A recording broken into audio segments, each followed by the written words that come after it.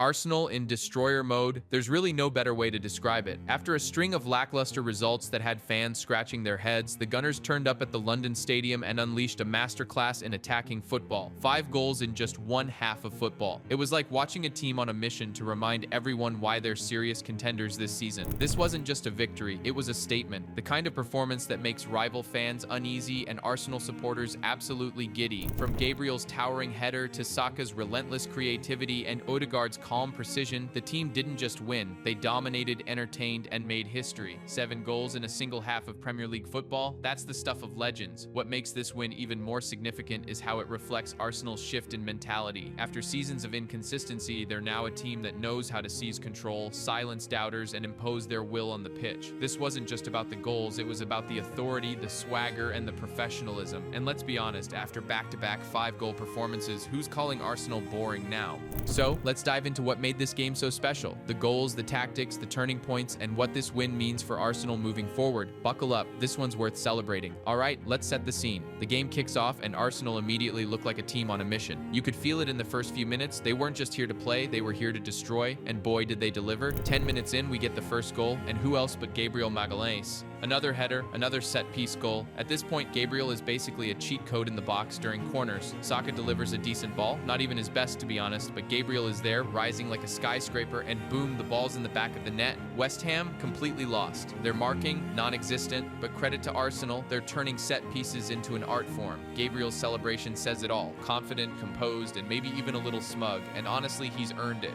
Now, let's talk about that second goal because, wow, this is Arsenal football at its finest. 27 minutes, Saka picks up the ball, combines beautifully with Ødegaard, and suddenly West Ham's defense looks like traffic cones. Ødegaard flicks a ball into space, Saka squares it, and there's Trossard. 6 yards out, empty net, easy as you like. The movement, the passing, it was poetry in motion. You couldn't help but smile watching it. And just when you think Arsenal might ease up, bam, penalty time. Saka again causes chaos in the box, Paquetá panics, and Ødegaard steps up to the spot. Let me tell you, there was zero doubt about the outcome. Ødegaard smashes it into the bottom corner, and suddenly it's 3-0. West Ham fans were already looking miserable, but hold up because Arsenal wasn't done yet. 36 minutes in, and it's time for Kai Havertz to shine. Yes, Kai Havertz. Trossard sends a delicious ball over the top, and Havertz takes it like a seasoned striker, calm, collected, and clinical. One-on-one with Fabianski, no problem. The guy looked like he's been doing this every week. It's 4-0 now, and West Ham's defense has officially imploded. Fans were leaving the stadium, and we're not even at halftime. Arsenal weren't just playing, they were putting on a show. This was dominance on every level, and it felt like they were sending a message to the entire Premier League. You're not ready for us. Now you'd think at 4-0, West Ham would just roll over, right? Game over, fans heading for the exits, Arsenal cruising? Well, not quite.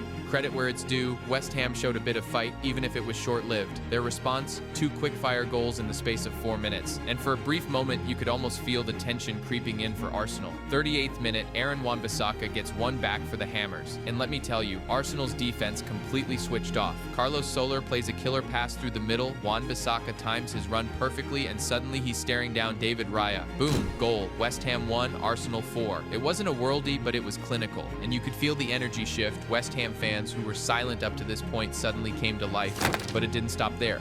40th minute, Emerson Palmieri steps up with what might be one of the best free kicks you'll see all season. From 25 yards out, this guy curls it over the wall, off the crossbar, and into the net. Absolute perfection. You don't save those, and David Raya didn't even get close. It's one of those goals where even the opposing fans have to clap. Now it's 4-2, and suddenly you're thinking, wait a minute, is this about to get interesting? And for a second, Arsenal fans probably had flashbacks to that infamous 4-4 draw with Newcastle back in the day. You know the one, they were up 4-0 and somehow bottled it. But Arteta wasn't having any of that. You could see him on the sideline barking orders, telling the team to calm things down. The response was immediate. Arsenal tightened up, regained control, and put the brakes on West Ham's momentum. Look, West Ham deserves credit for those 2 goals. Wan-Bissaka showed great composure, and Emerson's free kick was a moment of brilliance. But let's be real, they were never coming back from this. Arsenal was simply too good, and the gulf in class was obvious. West Ham had their moment, sure, but that's all it was, a moment. By the time halftime rolled around, it was clear that Arsenal was still firmly in control, despite the brief scare. And honestly, those 2 goals might have been the best thing to happen to Arsenal. They were a wake-up call, a reminder to stay sharp. From that point on, the game was back in their hands. If there's one name that keeps popping up when Arsenal's at their best, it's Bukayo Saka. The guy was everywhere in this game, pulling strings, creating chances, and leading by example. For a player so young, the maturity he shows on the pitch is unreal. Against West Ham, he wasn't just a winger, he was the heartbeat of the team. Let's start with the obvious. Saka was directly involved in 3 of Arsenal's 5 goals. That's not just influence, that's domination. His corner delivery for Gabriel's opener might not have been his flashiest assist, but it was effective. It doesn't need to be perfect when you've got Gabriel attacking the ball like a freight train. Saka just has this knack for delivering in crucial moments, and it showed again here.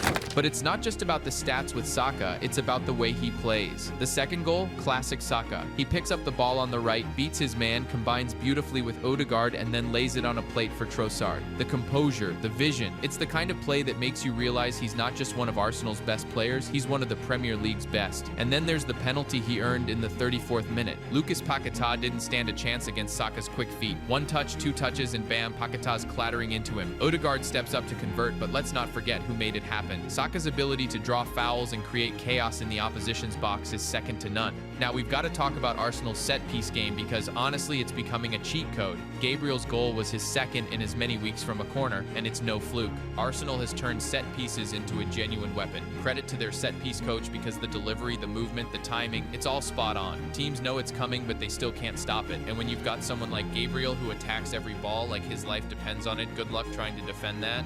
What makes Arsenal's set-piece dominance even scarier is the variety. They can whip it to the near post, float it to the back post, or go short and create something intricate. It's not predictable, and that's what makes it so dangerous. Against West Ham, you could see the fear in their defenders every time Saka stepped up to take a corner. They knew something was coming, but they just couldn't deal with it. Saka's role in this game wasn't just about assists and penalties, it was about leadership. He was the player everyone looked to, the one who set the tempo and drove the team forward. For a guy who's barely in his mid-20s, he plays like a seasoned veteran, and on a night when Arsenal needed to make a statement, Saka was the one holding the megaphone. After a first half as explosive as that, you'd think Arsenal might come out in the second half and go for more, right? Wrong. Arteta clearly had a different plan. The message was simple: manage the game, conserve energy, and don't do anything stupid. And that's exactly what Arsenal did. Pure professionalism. Let's be real. Arsenal could have gone out there and added 3, maybe even 4 more goals. West Ham looked so shaky that another blowout was entirely possible. But why take the risk? Arteta knew this wasn't just about this one game, it's about the bigger picture. There's Manchester United coming up midweek, the Premier League race heating up, and a squad that needs to stay fresh. So instead of fireworks, Arsenal shifted gears and played smart. The second half was all about control. Arsenal dominated possession, slowed the tempo, and kept West Ham at arm's length. Substitutions played a huge role here. Arteta used the opportunity to rest key players like Ødegaard and Saka while giving minutes to others who don't usually start. Zinchenko came on and slotted in seamlessly, and even Jorginho looked solid in midfield, dictating play with his usual calmness. What stood out most was the defense. After conceding 2 goals late in the first half, Arsenal locked things down. Gabriel and Saliba, who had a few shaky moments earlier, were rock solid. They didn't just defend, they dictated the flow of the game from the back. And David Raya barely had anything to do in the second half, which says a lot about how well Arsenal controlled proceedings. Now, I know what you're thinking, but isn't that boring? Not at all. Sometimes the best teams aren't the ones who score the most goals. They're the ones who know when to stop. Arsenal showed maturity here.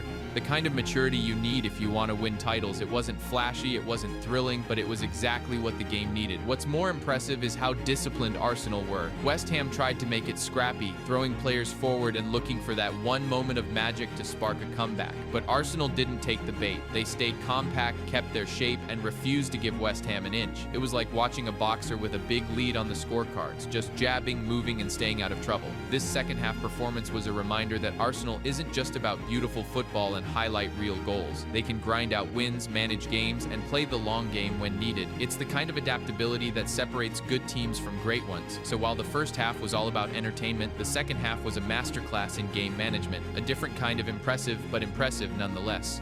Alright, so let's take a step back and look at the bigger picture. This wasn't just a random win, it was a statement. Arsenal didn't just beat West Ham, they obliterated them. 5 goals, total control, and a performance that left fans, rivals, and pundits talking. This is the kind of win that turns heads. First off, psychologically, this is massive for Arsenal. After some patchy form and questions about whether they could keep up with Liverpool and Manchester City, this game felt like a declaration. We're still here. The confidence boost from a win like this can't be overstated. The team is clicking again, the goals are flowing, and the fans are buzzing. And let's be honest, when Arsenal fans are hyped, the energy at the Emirates and even away from home is something else, but it's not just about Arsenal. This win sends a warning to the rest of the Premier League. Manchester City and Liverpool in particular will have taken notice. Arsenal didn't just win, they dominated without even hitting top gear in the second half. That's a scary prospect for any title rival. And let's not forget, Arsenal's depth is starting to show. Players like Jorginho and Zinchenko stepping up when needed proves they've got the squad to handle a long season. Ødegaard and Saka deserve a special mention here. These two are the beating heart of this Arsenal side. Ødegaard's composure, vision, and leadership make him the perfect captain, while Saka's creativity and work rate are unmatched. They're not just good players, they're difference makers. If Arsenal keeps them firing, this title race could go right down to the wire. Now, what does this mean for the league table? Arsenal moves into second place, just 6 points behind Liverpool. It's early days, sure, but momentum is everything in a title race, and with fixtures against Manchester United and other top sides on the horizon, Arsenal has the chance to keep the pressure on. This is where champions are made, not just in big wins, but in maintaining consistency. This win also highlights Arsenal's growth under Arteta. A few years ago, they might have crumbled after conceding 2 quick goals. Now, they tighten up, control the game, and finish the job. It's the kind of maturity that comes with experience, and it's a sign that Arsenal isn't just a team on the rise, they're a team ready to challenge for the very top.